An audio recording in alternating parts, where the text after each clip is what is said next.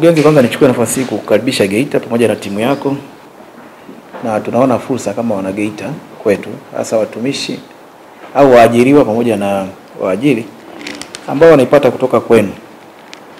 Lakini mbili, na appreciate mambo mengi mazuri ambayo mmeyasema, ambayo kimsingi hata mimi kweli, pamoja na kwamba nilisema nimeshiriki kwenye kujazia watu hasa form kwa wale ambao wamepata changamoto mbalimbali kwa ajili ya compensation, lakini nilikuwa sina details nyingi ambazo ni updates ambazo nimezitoa leo, ambazo naziona mimi kwa position yangu na kama sehemu ya mjumbe wa management.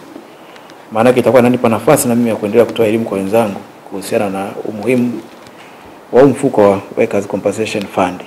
Kwa hiyo tunakushukuru sana mkurugenzi na timu yako kwa hilo. Na nimejifunza vitu vingi kwa haraka na nikaona ni vitu vizuri ambavyo kwa kweli bado kama waajiriwa na waajiri wanapaswa kuvifahamu. Lakini niungane na waajiriwa wengine ambao mmekutana nao na waajiri wakisema kwamba wanahitaji sana hii elimu ya mfuko.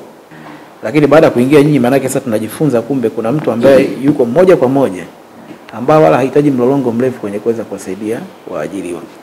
Kwa hiyo sisi tuna appreciate sana. Mimi naendelea kuungana na watu mbalimbali ambao wamepata nafasi ya kukutana nao kwenye eneo la kumaximize elimu. Yaani elimu kwa kweli hakuna namna nyingine yoyote, ni lazima iwafikie pande zote, wadau wote ambao wanahusika na mfuko.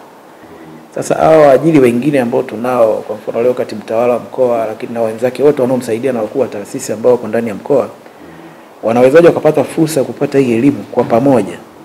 Kwa hiyo nimeshauri ni vizuri kama inawezekana basi kutengenezwe mkutano na hizi elimu ambayo mmenipatia mimi kwa muda mfupi huu, basi wakaipata kwa upana wake, wakaielewa vizuri. Wakachukua na maafisa utumishi ambao tunao kwenye maeneo yetu mbalimbali, maafisa rasilimali watu, wakashiriki kwenye kupokea elimu. Na imani hao wakishiriki, kwa sababu wanawagusa watu wengi, tayari tutakuwa tumetengeneza chain kubwa kwenda kwenye kupata mafanikio makubwa. Lakini kundi lingine muhimu ambao nadhani linahitaji elimu lakini na mafunzo ni wataalamu wa sekta ya afya, ambao unajua kwa hali yoyote tutakapofanya, lakini huyu atakusaidia sana kwenye hata kutengeneza hizo percentage za disabilities na kujaza zile form mbalimbali ambazo mwisho wa siku zinafika kwenu.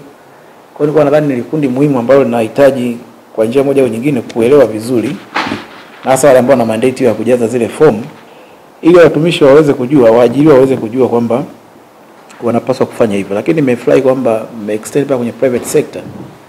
Maana yake kule sasa, kule ndio na kwenye kuna changamoto kubwa.